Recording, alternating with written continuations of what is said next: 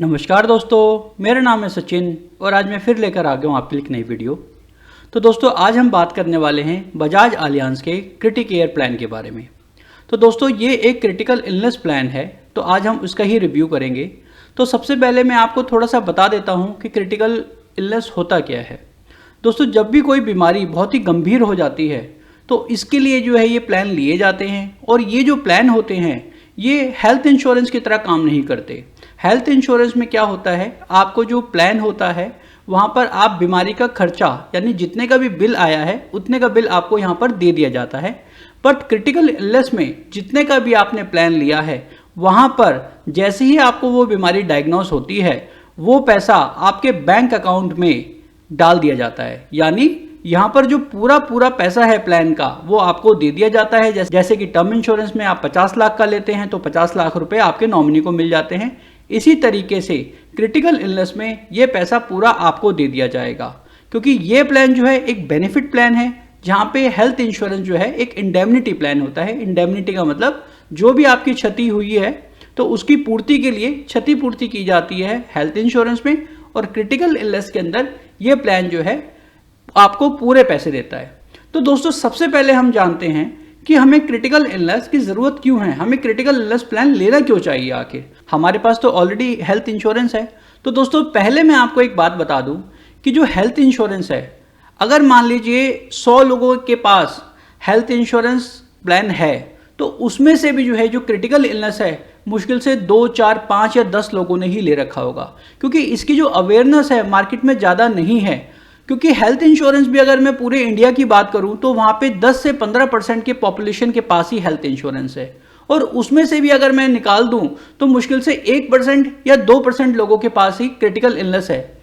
दोस्तों हमारी जो आजकल की लाइफस्टाइल है वो ऐसी बनती जा रही है कि ये जो बीमारियां हैं, जो गंभीर बीमारियां हैं, वो एक आम होती जा रही हैं। पहले कैंसर कभी कभी सुना जाता था, हार्ट अटैक भी जो है एक कॉमन प्रॉब्लम नहीं हुआ करती थी। तो आजकल जो ऐसी समस्याएं हैं वो बहुत ही ज़्यादा बढ़ती जा रही हैं, तो इसीलिए मार्केट में क्रिटिकल इलनेस प्लान को लाया गया है। और दोस्तों आप ये समझिए कि हेल्थ इंश्योरेंस और टर्म इंश्योरेंस के बीच की चीज़ है ये। मान लीजिए आपने एक हेल्थ इंश्योरेंस ले रखी है और कोई क्रिटिकल इलनेस हो जाती है, फॉर एग्जाम्पल कोई कैंसर के लिए अगर हम यहाँ पे बात करें, कैंसर की सर्जरी की जो भी कॉस्ट होती है आपका वो हेल्थ इंश्योरेंस बियर कर सकता है अगर वो अच्छा है, यानी आपने अच्छा सम इंश्योर्ड ले रखा है 10 लाख का, 20 लाख का।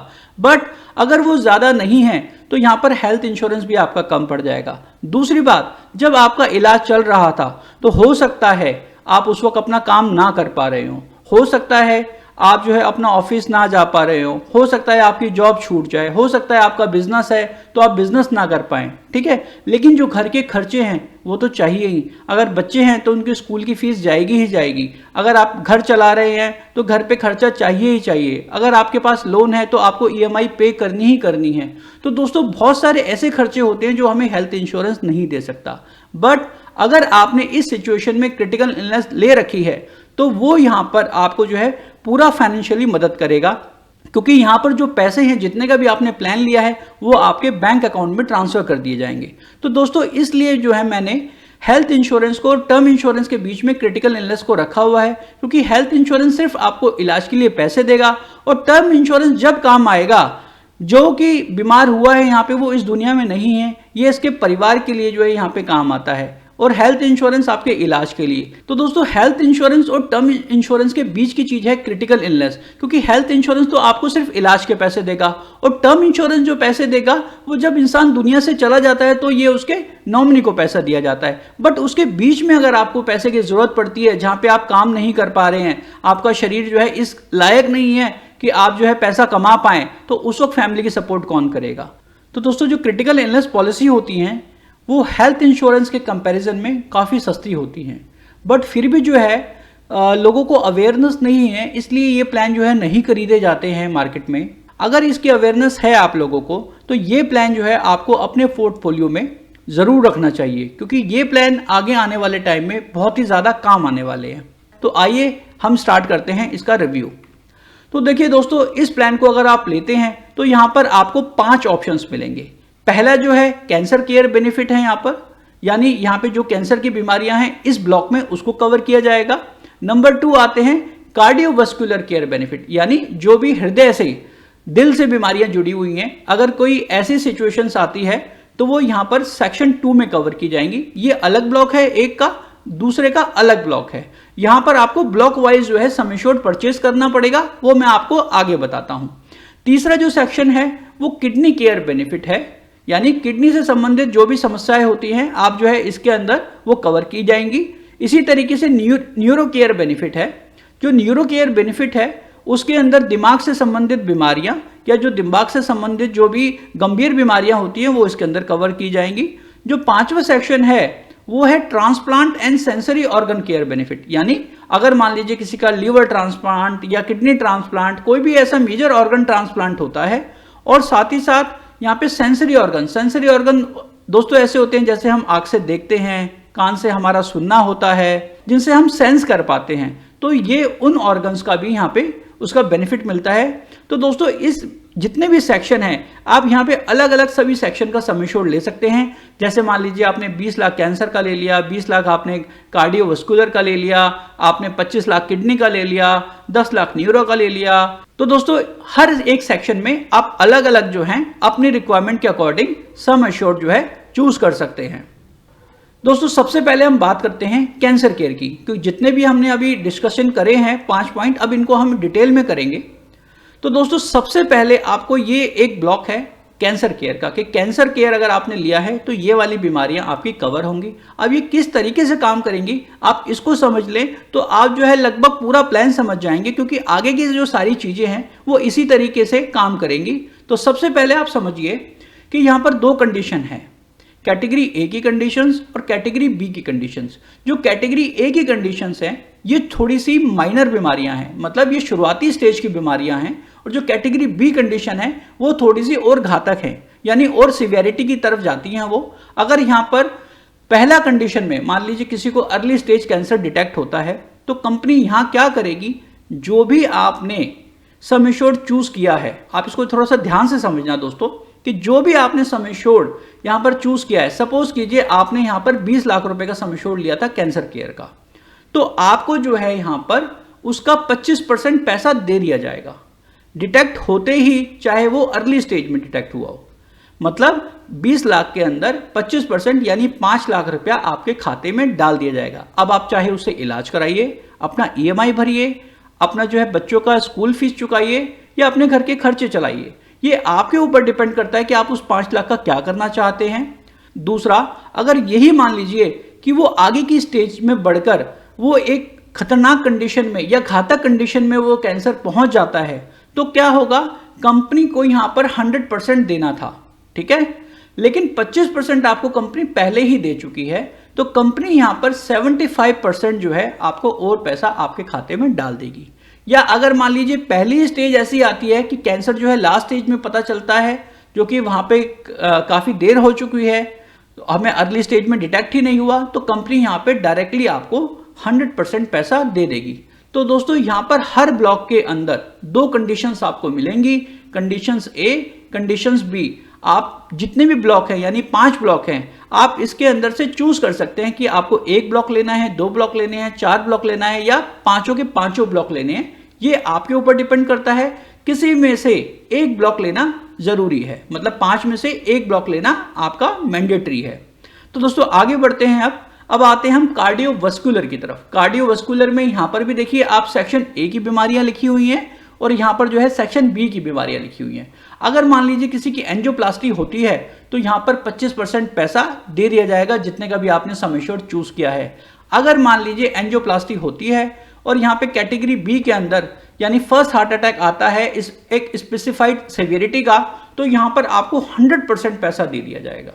मतलब कि अगर मान लीजिए यहाँ पर दोनों ही कंडीशन आती हैं कि पहले एंजियोप्लास्टी हुई और बाद में आपका जो है ये आया, तो दोस्तों ऐसा नहीं है, एक ब्लॉक के अंदर आपको जो है 100% ही पैसा मिलेगा, मैक्सिमम उससे ज्यादा नहीं मिलेगा, ठीक है। अगर ऐसी कंडीशन थी यहाँ पे कि एंजियोप्लास्टी में आपको पहले मिल चुका है, तो यहाँ पर आपको जो है इस बीमारी में या इनमें से कोई सी भी आपको बीमारी होती है तो आपको यहाँ पर 75% जो है पैसा मिल जाएगा। यानी एक ब्लॉक का सम एश्योर्ड अगर हमने मान लीजिए 20 लाख रुपए का रखा है, तो इस ब्लॉक में कोई सी भी बीमारी हो आपको, चाहे मान लीजिए पहले आपको फर्स्ट हार्ट अटैक आया था या उसके बाद आपको जो है ओपन चेस्ट CABG की सर्जरी हुई आपकी, तब भी आपको जो है टोटल 100% 20 लाख रुपए ही मिलेगा। ऐसा नहीं है कि आपको यहाँ का भी 20 लाख रुपया मिल गया और यहाँ का भी 20 लाख मिल गया, क्योंकि हर ब्लॉक की एक वैल्यू है और उस वैल्यू को हमने पहले ही डिफाइन कर दिया है कि मुझे इसका 20 लाख का कवर चाहिए, तो आपको 20 लाख का कवर मिलेगा। तो दोस्तों आइए थोड़ा सा हम बीमारियों के बारे में जान लेते हैं कि जैसे कि एंजियोप्लास्टी हो गया, या सर्जरी ऑफ कार्डिक अर्हाइटेमिया हो गया, या बलून वेल्वोटॉमी हो गया। ठीक है, तो इस तरीके से यहाँ पे मान लीजिए आप कोई भी हार्ट वाल्व की प्रॉब्लम होती है, तो ये इनिशियल स्टेज की हैं, और अगर हम ज़्यादा की बात करें तो ये थोड़ी सी क्रिटिकल होती हैं ये वाली कंडीशंस। तो यहाँ पर आपको 100% मिलेगा, और यहाँ पर आपको अगर डिटेक्ट होता है 25% मिलेगा। इसके बाद अगर ये वाली बीमारी हो जाती है तो रेस्ट 75% आपको मिल जाएगा। इसी तरीके से किडनी केयर की बात करें कि अगर मान लीजिए कोई किडनी खराब हो जाती है, रिमूवल ऑफ 1 किडनी हो जाता है, क्योंकि एक किडनी के बाद इंसान जिंदा रह सकता है दूसरी किडनी पर, तब भी आपको यहाँ पे जो है 25% मिल जाएगा पैसा। और अगर मान लीजिए वो उस किडनी में भी प्रॉब्लम आ जाती है और आपको रेगुलर डायलिसिस के लिए जाना पड़ता है, तो यहाँ पर जो है 100% पैसा जो है आपको मिल जाएगा। यानी 25% यहाँ पे आपको मिला था, 75% यहाँ पे मिलेगा। अगर किसी कारण से सीधा ही जिन्होंने भी पॉलिसी ली है उनको ही प्रॉब्लम हो जाती है और वो डायलिसिस पे आ जाते हैं, तो डायरेक्टली यहाँ पे 100% पैसा मिल जाएगा। इसी तरीके से अगर किडनी ट्रांसप्लांट होती है तब भी यहाँ पर जो है सीधा 100% पैसा जो है वो इंश्योर्ड पर्सन को दे दिया जाएगा। इसी तरीके से जो है न्यूरो केयर भी है कि अगर न्यूरो केयर के अंदर आप यहाँ पे देखिए कि परमानेंट पैरालिसिस ऑफ लिम्ब है, तो जो लिम्ब है यानी पैरालिसिस लिम्ब मतलब एक हाथ के अंदर पैरालिसिस हो जाना, एक पैर के अंदर पैरालिसिस हो जाना, तो यहाँ पे उसी के हिसाब से 25% आपको पैसा दे दिया जाएगा। लेकिन अगर यही प्रॉब्लम जो है आगे जाके परमानेंट हो जाती है तो यहाँ पे 75% पैसा आपको और दे दिया जाएगा। यानी अगर जिसने भी पॉलिसी ली है वो कोमा में चले जाते हैं तो भी आपको 100% यहाँ पे मिल जाएगा। स्ट्रोक आता है जिसकी वजह से परमानेंट सिम्टम्स हो जाते हैं, यानी पैरालिसिस हो गया है, ठीक है, परमानेंट, तो भी जो है आपको यहाँ पे पूरा पैसा मिल जाएगा। इसी तरीके से अगर मेजर हेड ट्रॉमा हुआ है, यानी बहुत ही मतलब खतरनाक चोट लगी है दिमाग के अंदर, ब्रेन सर्जरी हुई है, या ब्रेन ट्यूमर जैसी कंडीशंस हो गई हैं, तो दोस्तों ये बहुत ही क्रिटिकल बीमारियां हैं। आप इनका जो है स्क्रीनशॉट ले सकते हैं या इसको पॉज करके जो है अच्छे से इन बीमारियों को पढ़ सकते हैं। तो ये बहुत ही क्रिटिकल बीमारियां हैं दोस्तों। तो इसके अंदर जो है 100% आपको सम एश्योर्ड का जो भी आपने इस ब्लॉक के अंदर चूज किया है वो मिल जाएगा। दोस्तों आगे बढ़ते हैं, बात करते हैं ट्रांसप्लांट की और सेंसरी ऑर्गन केयर की। यहाँ पर देखिए जैसे कि किसी भी कारण से ब्लाइंडनेस इन 1 आई हो जाता है तो यहाँ पे 25% जो है सम एश्योर्ड मिल जाएगा आपको। इसी तरीके से अगर ब्लाइंडनेस ऑफ बोथ आईज होता है तो यहाँ पे 100% जो है कंपनी आपको पैसा उसके अंदर दे देगी। इसी तरीके से डिफनेस इन 1 ईयर, यानी एक कान से ना सुनाई देना, ठीक है, बहरापन हो जाता है, तब भी जो है यहाँ पे 25% मिलेगा। और इसी तरीके से अगर दोनों जो है कानों के अंदर ही प्रॉब्लम हो जाती है तो आपको 100% जो है पैसा इसके अंदर मिलेगा। दोस्तों बात करें लॉस ऑफ स्पीच की, तो ये भी जो है एक मेजर कंडीशन है, तो कैटेगरी बी के अंदर आती है ये कंडीशन। तो ये जो पॉलिसी में आपको 100% सम एश्योर्ड दे दिया जाएगा। तो दोस्तों इसी तरीके से आगे पैनक्रियास ट्रांसप्लांट है।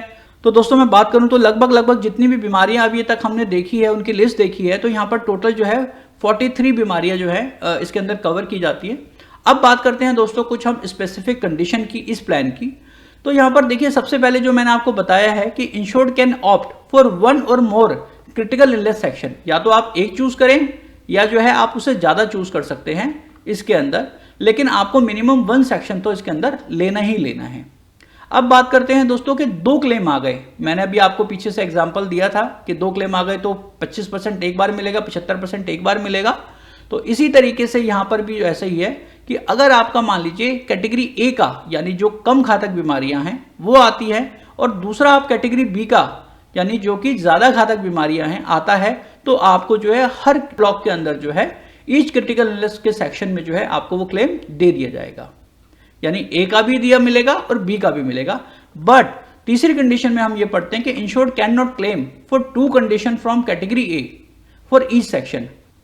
तो वहां पर जो है सिर्फ 25% ही मिलेगा आपको कैटेगरी ए का, चाहे आपको वहां पे कैटेगरी ए में 1 बीमारी हुई थी या 2 बीमारियां हुई थी या 3 बीमारियां हुई थी। जैसे कि अगर हम मान लीजिए यहाँ पे बात करते हैं कि ब्लाइंडनेस इन 1 आई, तो आपको 25% मिल जाएगा। अगर डिफनेस इन 1 ईयर हो गया तो आपको दोबारा 25% नहीं मिलेगा, ठीक है ना, क्योंकि यहाँ पे मैक्सिमम जो लिमिट है वो 25% की ही असाइन है और यहाँ पर जो है वो 100% है। अगर मान लीजिए यहाँ पे भी ये वाली कंडीशन, इसके बाद दोनों आईज की कंडीशन आ जाती है, तो यहाँ पर वो आपको 75% जो बचा हुआ है वो दे दिया जाएगा। आगे बढ़ते हैं दोस्तों। If company have paid 100% of sum assured under any of section opted, यानी जैसे 5 सेक्शन थे, 5 में से मान लीजिए किसी एक सेक्शन में आपने जो है कैटेगरी 2 के अंदर क्लेम ले लिया है, तो वो 100% आपको दे दिया है।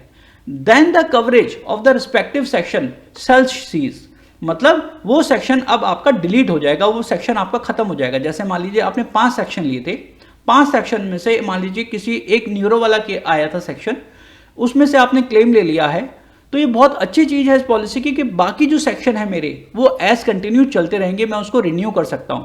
जबकि आप दूसरी कंपनी का कोई क्रिटिकल इलनेस प्लान लेंगे, वहां पर क्या होता है कि आपको कोई भी एक बीमारी आ गई तो आपको पूरा पैसा दे दिया जाएगा और पॉलिसी वो खत्म हो जाएगी। लेकिन यहाँ पर ऐसा नहीं है, एक सेक्शन के अंदर जो है आपको कोई बीमारी डिटेक्ट होती है, आप 100% पैसा मिल जाता है, लेकिन बाकी की जो 4 सेक्शन है वो चलते रहेंगे। तो वही हम पढ़ रहे थे दोस्तों कि then the coverage of the respective section shall be ceased, however policy shall continue for rest sections, ठीक है, जो मैंने आपको बताया कि बाकी के सेक्शन चलते रहेंगे। However the premium of subsequent renewals would be calculate excluding the section of which claim has been paid, मतलब 5 सेक्शन थे, एक सेक्शन का हम क्लेम ले चुके हैं, तो बाकी के जो 4 सेक्शन है सिर्फ उसी का प्रीमियम पे करना पड़ेगा, और जो एक सेक्शन का क्लेम आपको पे हो गया है वो एक्सक्लूड कर देंगे, उसको डिलीट कर देंगे, वहां से हटा दिया जाएगा। अब आते हैं नेक्स्ट कंडीशन की तरफ।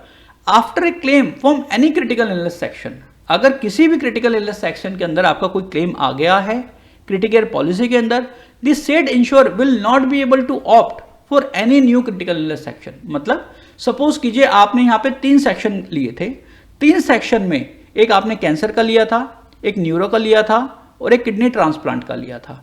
अगर मान लीजिए किडनी ट्रांसप्लांट का यानी या किडनी केयर का आपका क्लेम आ जाता है, ठीक है, तो आपके पास अब 2 सेक्शन बचे हैं, बट पॉलिसी के लिए अभी 2 सेक्शन और हैं और आप चाहते हैं कि मैं कोई और सेक्शन खरीद लूं, तो आप उस वक्त वो सेक्शन नहीं खरीद सकते, क्योंकि आपको एक क्रिटिकल इलनेस हो चुकी है, आपको बीमारी हो चुकी है।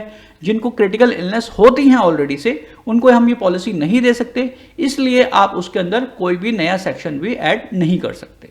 आगे बढ़ते हैं दोस्तों, हम कोई एग्जाम्पल ले लेते हैं, इससे आपको थोड़ा सा और अच्छा समझ में आ जाएगा कि यहाँ पर मिस्टर कुमार हैं, उन्होंने 3 सेक्शन लिए थे, कैंसर केयर लिया था, कार्डियोवास्कुलर केयर लिया था और किडनी केयर लिया था। अगर मिस्टर कुमार डायग्नोस होते हैं सर्सिनोमा इन सीटू, यानी ये एक इनिशियल स्टेज है कैंसर की, 8वें महीने में उनको डायग्नोस होता है और उसके बाद अनफॉर्चुनेट मेजर हेड ट्रॉमा हो जाता है उनको 11वें महीने में, तो क्लेम कैसे काम करेगा? तो देखिए दोस्तों, सबसे पहले 25% तो कैंसर केयर में से उनको दे दिया जाएगा, क्योंकि जो उनकी कंडीशन थी वो कैटेगरी ए की कंडीशन थी, यानी अर्ली स्टेज कैंसर उनको डायग्नोस हुआ था, तो 25% उनको पैसा दे दिया जाएगा कैटेगरी ए कंडीशन में से।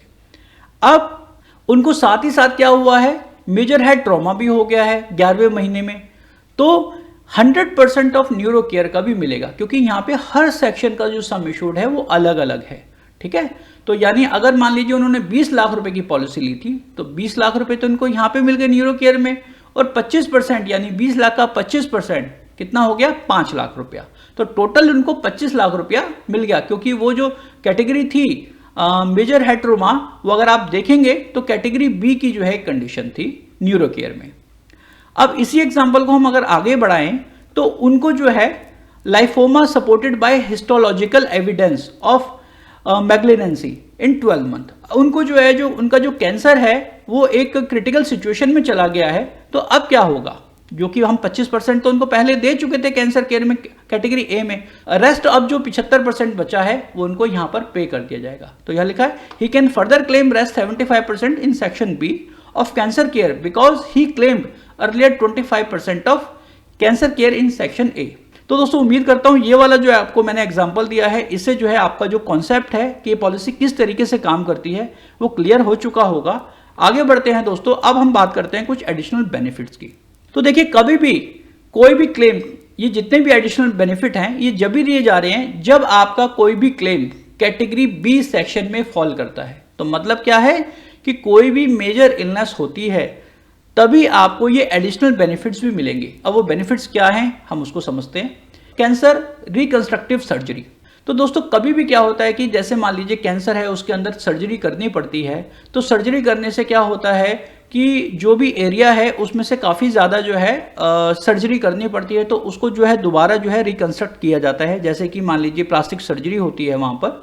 अब हम एग्जांपल लेते हैं यहाँ पर कि जैसे कि ब्रेस्ट की सर्जरी होती है तो उसको दोबारा रिकंस्ट्रक्ट किया जाता है। हेड हो गया आपका या नेक हो गया, तो इस तरीके से दोबारा वहाँ पे जो है सर्जरी की जाती है। तो इस कंडीशन में क्या होगा कि 10% ऑफ द सम एश्योर्ड आपको एडिशनल देगी कंपनी। यानी अगर मान लीजिए किसी के पास 25 लाख का प्लान था कैंसर केयर का, तो वहाँ पर 10% बनता है 2.5 लाख, लेकिन इसकी जो मैक्सिमम लिमिट है 2 लाख रुपए, तो वो 2 लाख रुपए भी आपको एक्स्ट्रा आपके अकाउंट में डाले जाएंगे, ना कि आपको इलाज के लिए दिए जाएंगे।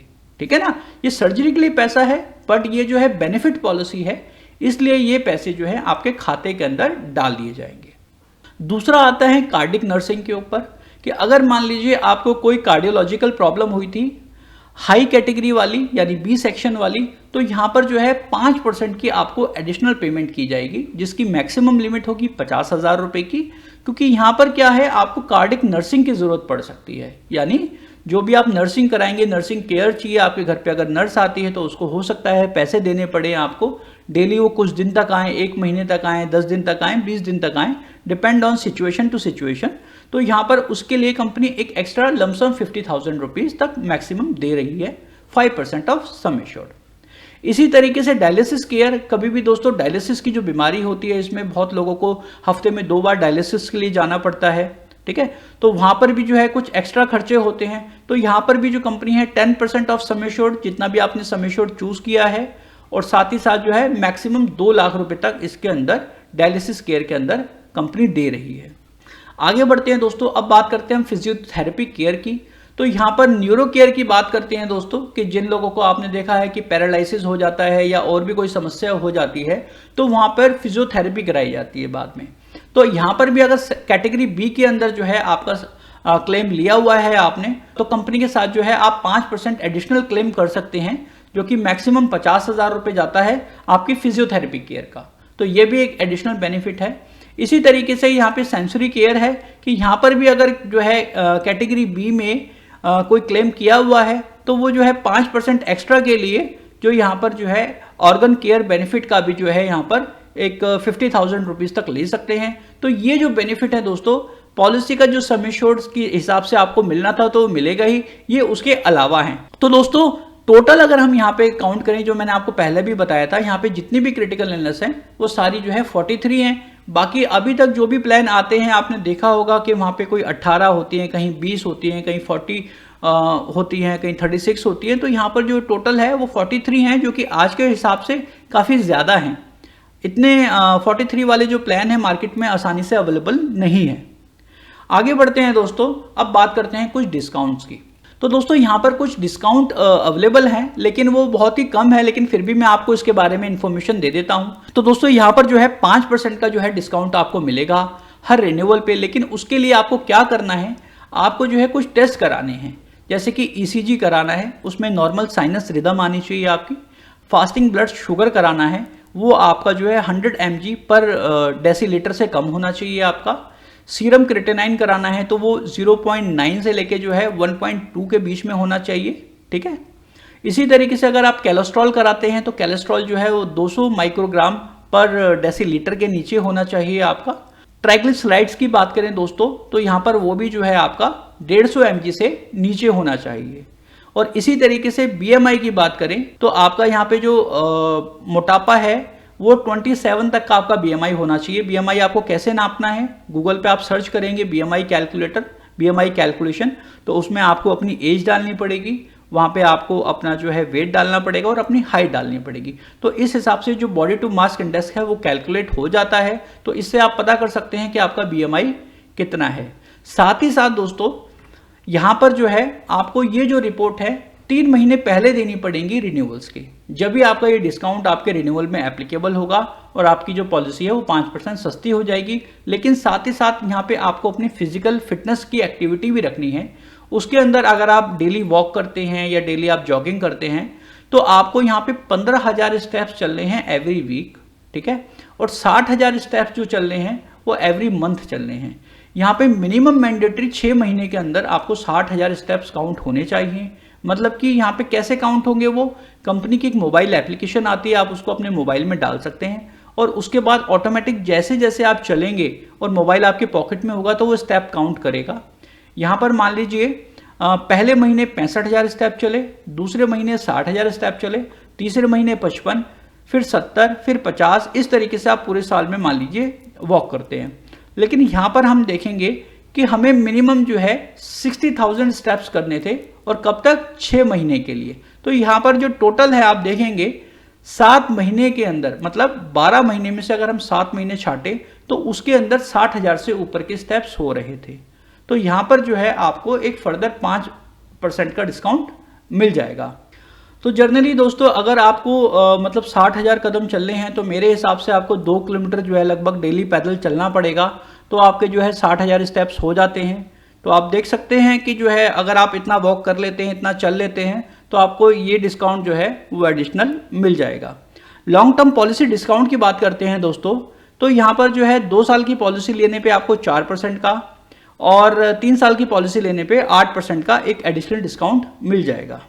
दोस्तों अब हम बात करते हैं इस प्लान की जो मेन कंडीशंस हैं कि वो प्लान कौन कौन लोग ले सकते हैं।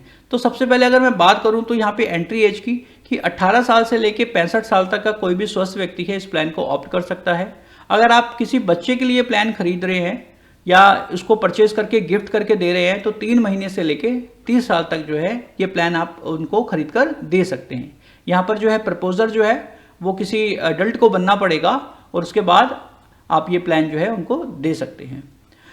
सम एश्योर्ड ऑप्शन की बात करें दोस्तों, तो अगर यहाँ पे एज 18 साल से 65 साल के बीच में है तो आप हर सेक्शन के अंदर मिनिमम 1 लाख का ले सकते हैं सम एश्योर्ड और मैक्सिमम 50 लाख रुपए तक का आप सम एश्योर्ड ले सकते हैं। लेकिन दोस्तों यहाँ पर जब भी sum assured multiple time 1 crore से ऊपर जाएगा तो आपको अपना यहाँ पे इनकम प्रूफ देना है, ठीक है। इनकम प्रूफ के बिना आपकी पॉलिसी आगे नहीं बन पाएगी। अगर आपका सम एश्योर्ड टोटल 1 करोड़ रुपए से ऊपर जाता है, मतलब आपने मान लीजिए 20 लाख करके 5 सेक्शन में ले लिया तो आपको वो प्लान मिल जाएगा, बट 1 करोड़ से ऊपर जाएंगे तो आपको यहाँ पे अपना इनकम प्रूफ देना पड़ेगा।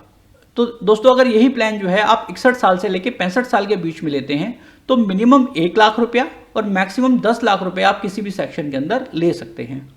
तो टोटल जो सम एश्योर्ड रिस्ट्रिक्टेड है दोस्तों वो 2 करोड़ रुपए का है, यानी आप जो है 50 लाख करके 4 सेक्शन लेते हैं तो 2 करोड़ हो गया और 5वां सेक्शन भी आप 50 लाख का लेना चाहते हैं तो आपको नहीं मिलेगा, क्योंकि ये जो पॉलिसी है इसके अंदर मैक्सिमम जो कवरेज दिया जा सकता है वो 2 करोड़ का ही दिया जा सकता है।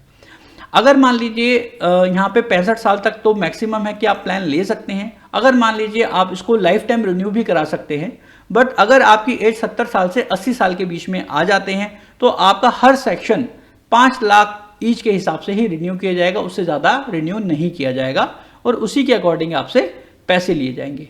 अगर यहाँ पर 80 साल से ऊपर की एज हो जाती है तो हर सेक्शन को 2 लाख रुपए से ज़्यादा का रिन्यू नहीं किया जाएगा, क्योंकि कंपनी को लगता है कि इस एज के बाद जो जितनी भी मेजर इलनेस होती हैं वो होने के चांसेस ज़्यादा हैं, तो इसलिए यहाँ पर जो है तो 2 लाख रुपए तक का कर दिया जाएगा। तो दोस्तों फैमिली फ्लोटर के ऑप्शन की बात करें तो ये फैमिली फ्लोटर में प्लान अवेलेबल नहीं है, ये सिर्फ एक इंडिविजुअल प्लान है। और इंडिविजुअल प्लान यानी सबके लिए, आप अगर फैमिली में 2 मेंबर के लिए लेना चाहते हैं, 3 मेंबर के लिए लेना चाहते हैं तो आपको सबके लिए अलग अलग पॉलिसी बनवानी पड़ेगी। मेडिकल एग्जामिनेशन की बात करते हैं दोस्तों, अगर 18 साल से 45 साल तक की एज है तो आप 25 लाख रुपए तक का हर सेक्शन में कवर ले सकते हैं, आपका मेडिकल नहीं होगा। अगर उससे ऊपर आप जाते हैं तो यहाँ पर मेडिकल होगा। इसी तरीके से 46 से 50 की एज है तो 20 लाख रुपए तक जो है आप विदाउट मेडिकल ये प्लान ले सकते हैं, इसके ऊपर जाएंगे तो मेडिकल होगा। इसी तरीके से 51 से 55 साल में 10 लाख रुपए और 56 से 65 साल की उम्र के अगर बीच में आप ये प्लान लेते हैं तो आपको यहाँ पर मैंडेटरी मेडिकल चेकअप कराना पड़ेगा, उसी के बाद जो है आपको ये प्लान दिया जाएगा। लेकिन अगर आप खाली कैंसर केयर सेक्शन खरीद रहे हैं तो यहाँ पर कोई भी मेडिकल चेकअप नहीं होगा, बशर्ते आपको कोई भी हेल्थ इश्यूज ना हो, जैसे कि डायबिटिक ना हो, बीपी ना हो, शुगर ना हो या और कोई बीमारी ना हो। अगर मान लीजिए कोई भी बीमारी नहीं है तो आपको जो है ये वाला प्लान आसानी से दे दिया जाएगा सिर्फ कैंसर केयर सेक्शन में। तो कैंसर केयर सेक्शन जो है दोस्तों वो आपको बिना मेडिकल चेकअप के मिल जाएगा। आगे बढ़ते हैं, अब बात करते हैं दोस्तों मेजर एक्सक्लूजन्स की। ये समझना आपके लिए बहुत ज़रूरी है, क्योंकि अगर आप ये नहीं समझेंगे तो आपको ये नहीं पता चलेगा कि मेरे को कैसा क्लेम मिलेगा या नहीं मिलेगा।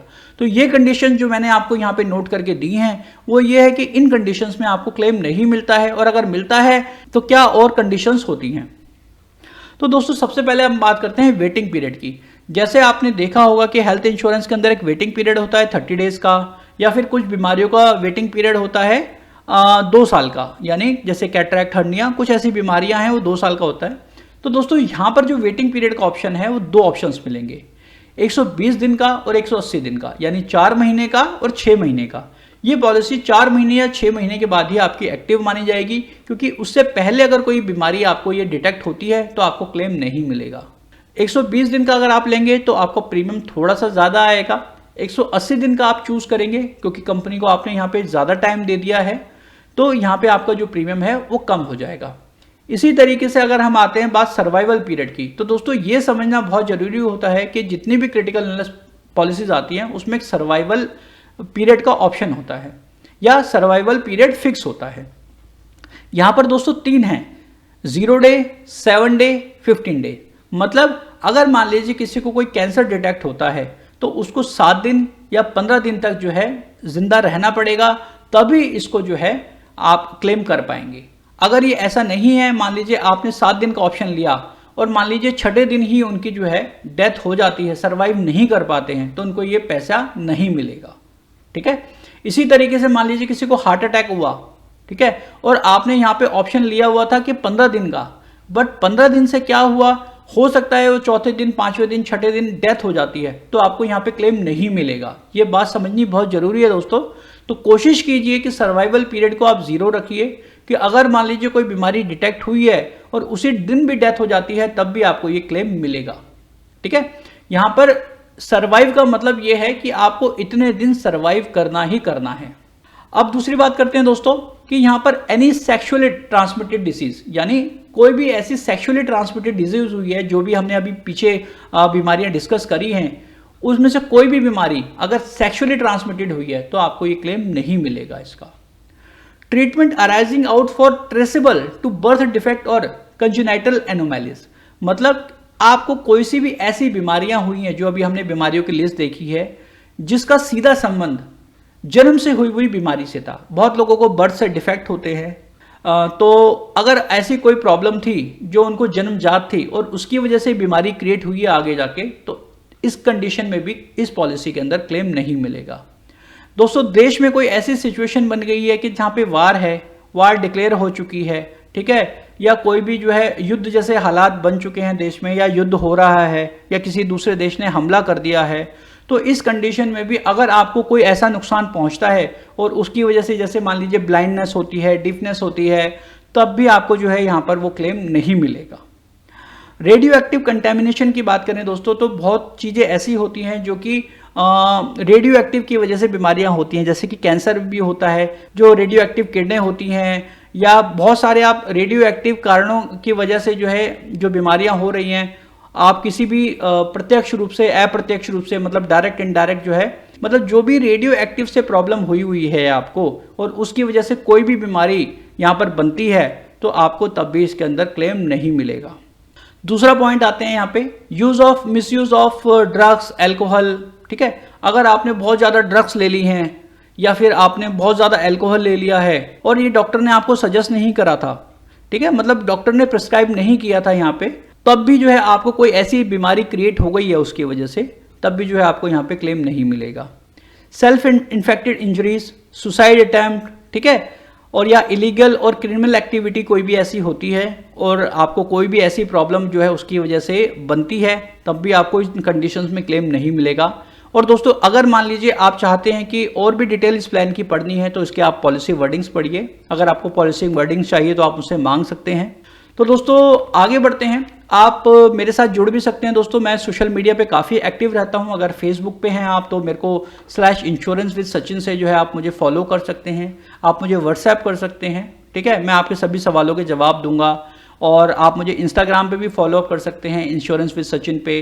टेलीग्राम में दोस्तों हम लोगों ने एक ग्रुप बना रखा है, आप इसको सर्च कर सकते हैं इंश्योरेंस विद सचिन के नाम से, और यहाँ पे जो है आपको इंश्योरेंस से रिलेटेड जितनी भी जानकारियाँ हैं, जो भी इंडस्ट्री के अंदर नया हो रहा है, आपको यहाँ पे मिलता रहता है। ट्विटर पे आप मुझे फॉलो कर सकते हैं इंश्योरेंस सचिन के नाम से। और साथ ही साथ अगर आप मान लीजिए मुझसे कुछ पूछना चाहते हैं, कोई डॉक्यूमेंट शेयर करना चाहते हैं, तो आप मुझे जो है मेरे को ईमेल भी लिख सकते हैं और ईमेल पे अपने डॉक्यूमेंट्स भी शेयर कर सकते हैं।